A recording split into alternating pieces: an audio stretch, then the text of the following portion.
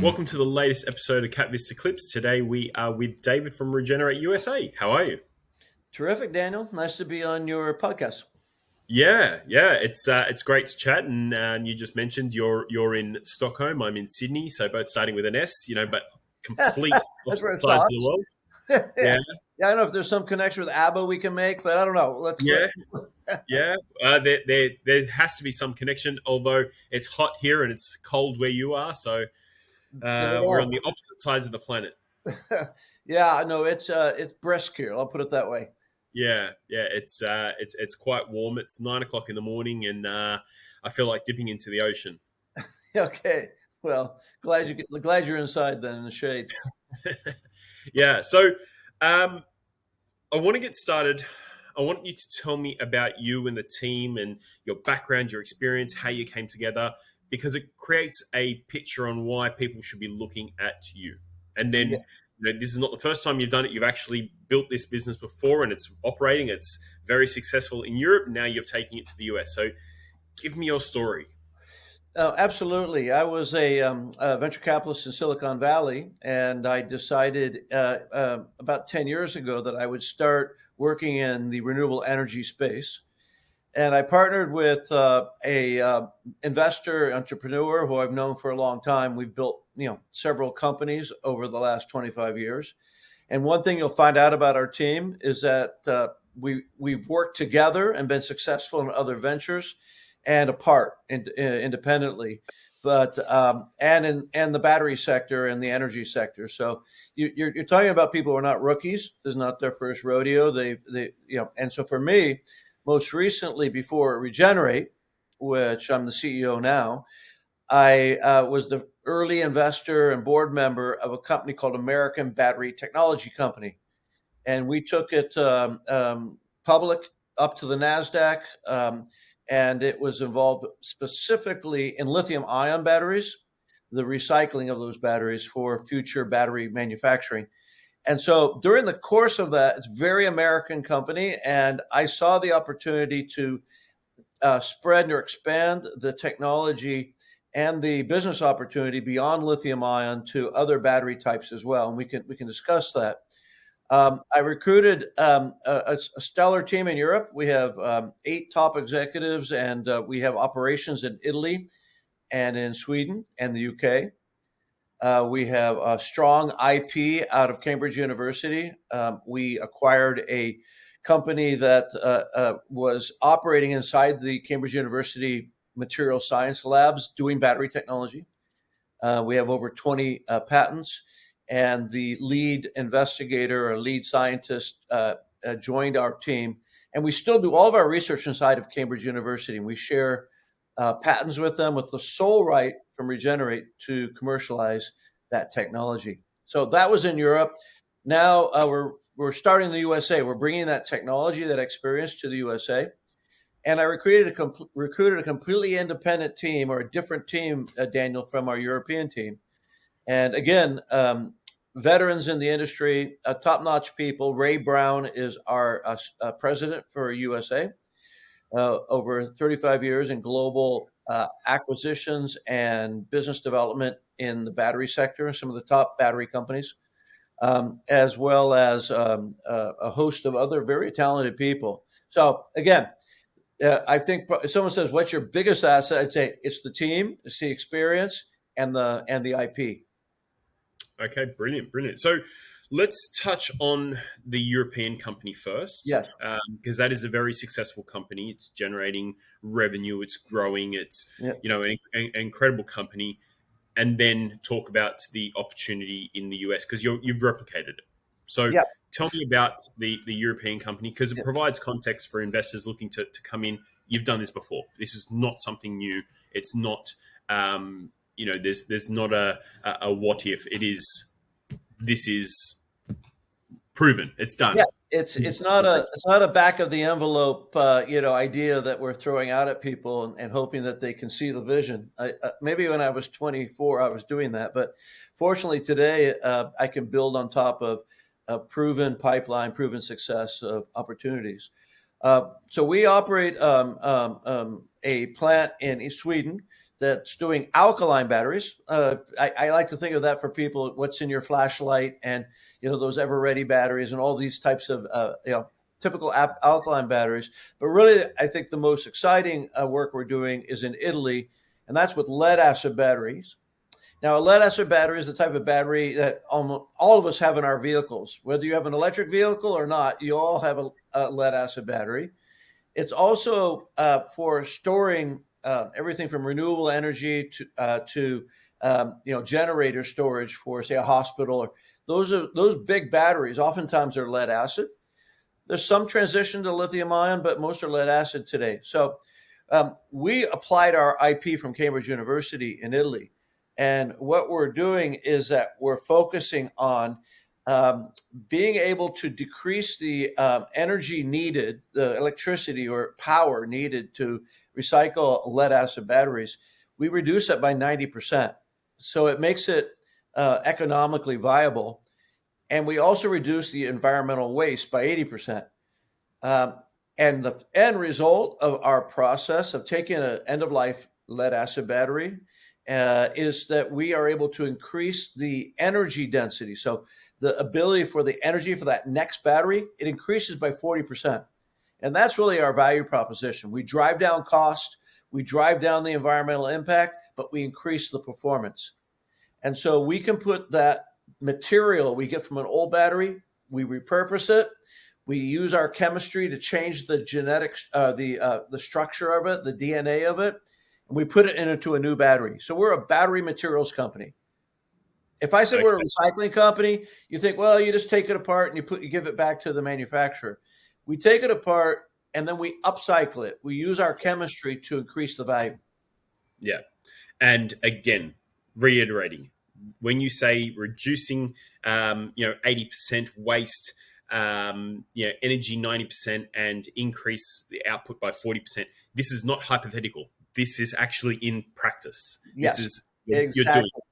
Exactly. Yeah. And if you think, the reason we think the timing of this company is perfect is that batteries are being asked to do more than they've ever been done before. Now, we know AI is a big buzz around the world right now, but AI requires an incredible amount of storage or energy storage because of the cloud. It's not disappearing. It has to be powered by data centers. So the demand for batteries is higher than ever, and the higher performance of those batteries is higher than ever. And so we are working in lead acid, but we also working in lithium. We also are looking with our projection, with our proposal for funding to do in the United States a lead acid plant and a lithium ion plant. And so we're agnostic about the direction it goes, but we increase the energy value, whichever battery a supplier chooses to go. Yeah. Okay.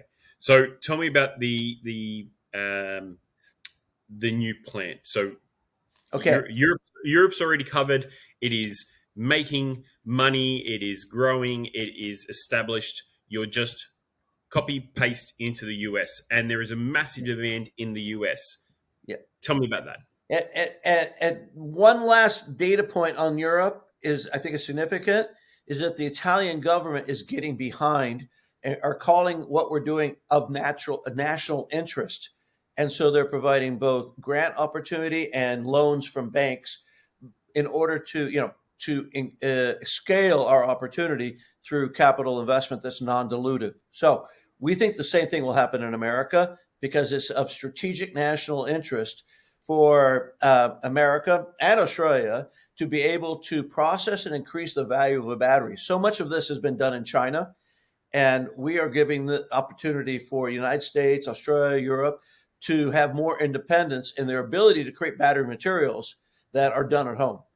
Now, in the U.S., I mentioned that the U.S. military is becoming one of our first partners. They want to increase the energy density of a battery. They're a little bit nervous about lithium ion because it's a security risk. You can't be out in the middle of a desert exercise and have a battery blow up and keep clandestine. So we're working with them on creating a battery plant on one of the military bases in Nevada. That's a key project we're asking for funding for. the infrastructure for getting that lead acid plant in Hawthorne, Nevada off the ground. So that's one key plant. The other is a lithium-ion plant in Atoka, Oklahoma. And that will be, again, front edge, some of the best technology in the world around taking lithium-ion materials, lithium, cobalt, manganese, upcycling it so that the next battery is going to be better than the previous battery. That's our whole mantra, is that we're increasing the value of the density of the materials while we reduce the environmental waste and the energy needed to produce that material. Yeah, yeah. So there's the key there. You're increasing the density, you're reducing the waste, and those have been big issues. And I know I was reading a report. I remember reading a report a couple of years ago that Australia ships off its recycling to Indonesia and to other countries in That's Southeast right. Asia. We don't have it here. So this is an opportunity for us to bring it here, to recycle in home, in our country, reducing the waste, reducing the impact on the environment, and then having an industry where we can be self-sufficient. You're 100% right, Daniel. And that's the reason it's being shipped overseas somewhere else, Indonesia, Korea, China, is because of the high cost of energy to do these processes. Yeah. And the environmental compliance. So say in the United States, there's very few smelters still operating, that is lead recycling plants operating in the United States because of the environmental compliance issues. In Australia, the same. We can't afford in the United States or Australia with the high cost of energy to produce there. So we go somewhere where there's cheaper energy. That changes the game with our technology. So we see the opportunity. We're already looking at Australia, by the way, but we really want to focus on getting the U.S. market where it's at because we see the economic viability of making something possible again that has given up in the U.S. market and the European market. Yeah, and there's a big push in the US to build things onshore and not having to be reliant on other countries. So this is, in terms of timing wise, perfect timing. Perfect timing. And so there's certainly geopolitical dimensions there of having critical mineral independence, but there's also the element of, imagine you're sending away, I see a battery, whether it's an end-of-life battery or a dysfunctional battery, I see that as an asset. It's not a waste. It's an asset. Imagine sending all of our assets over somewhere else so that we can buy a new battery and pay for the materials we sent away. It's just not good economic sense. So what we're doing is we're making it possible to regionally or locally process these materials and go back into the batteries we use every day. Yeah, you're also creating a new industry domestically. I remember a couple of years ago speaking to a company that was really, really cool. So what they were doing is they were working with building companies, right? And building companies, when they're doing a knockdown and rebuild or they're having to demolish an old building, they have to pay to get rid of glass. Yes, right? exactly. They were paying this company to come and collect the glass from them. The company was then grinding down the glass, turning it back into sand, and then selling that sand on. And they were selling it to the Middle East. There's a joke about selling sand to the Arabs, because the strength in it. It was coarse sand. It was better for construction projects, so they can turn it back into other things. So they were getting paid on the way in, paid on the way out. It was incredible, and they built up this circular economy. Recycling, getting paid for it, and getting paid on the way in, paid on the way out. You can actually do the same. It's an economy where you That's can take exactly what we're doing. Waste and then reuse it, which is actually phenomenal. What we're doing. And so you imagine the economic sense that makes. Also, just shipping battery materials or all over the world, it doesn't make any sense anymore. Send them to Indonesia so we can buy them back again. So we're creating that capability, and we're doing it in such a way, really good margins on what we do. Now, there's 3 projects that we are promoting in this proposal for seed funding, $5 million seed funding. Part of that money will go to set the infrastructure for our Hawthorne military plant. The second will be going towards our lithium-ion plant in Oklahoma. And the third will be we have a major partnership with a company that distributes active materials to every battery manufacturer in the United States. They see the value of our technology.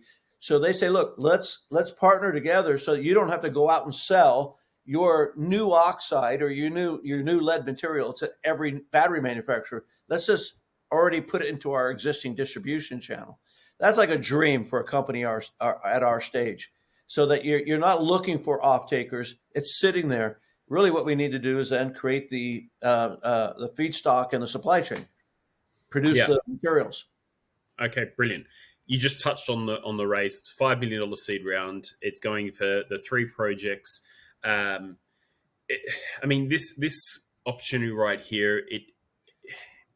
Not that it's a I don't like to say it's a no brainer, but it's a no brainer, right? I Because think I really believe it's no brainer. What already proven in Europe, already experienced a team that have been successful in the sector before, and you're creating partnerships that are solid gold. The U.S. military, the largest distributor of lead material to battery manufacturers, and then an existing operating lithium-ion plant that is I would say, the best cutting technology in the world. So, yeah. I mean, it's a no-brainer as much as any early stage investment is a no-brainer.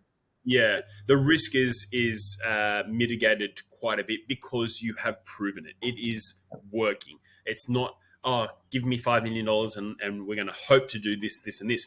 It is, give us $5 million and we've already done it before. That's We're right. just replicating it. It's just a copy and paste. That's it. So, I like the opportunity because you are creating a new, basically a new industry in an established industry. There is solid demand, within the US and North America for the type of opportunity. There's a huge demand for battery technology, like you've said, but then the lifespan of the battery is X amount of years. What do you do after that? There's an opportunity to make money on the way in, make money on the way out. You've got political demands for what you're doing. Everything is lining up. I couldn't have better timing. I could not have better timing. And, Yeah. and as you say, the demand for more and more batteries is coming from the data storage, renewable energy. Every solar, wind, everyone needs batteries. And then automobiles. This is not going away. But what is happening is a demand for greater performance and less environmental impact. And that's what we're providing. Yeah, exactly. Okay, I'm gonna not take up too much more of your time. This has been brilliant. I like the space you're in because I think the clean energy renewable space is it's going to be huge growth, right? We have so much Everybody can demand. see it.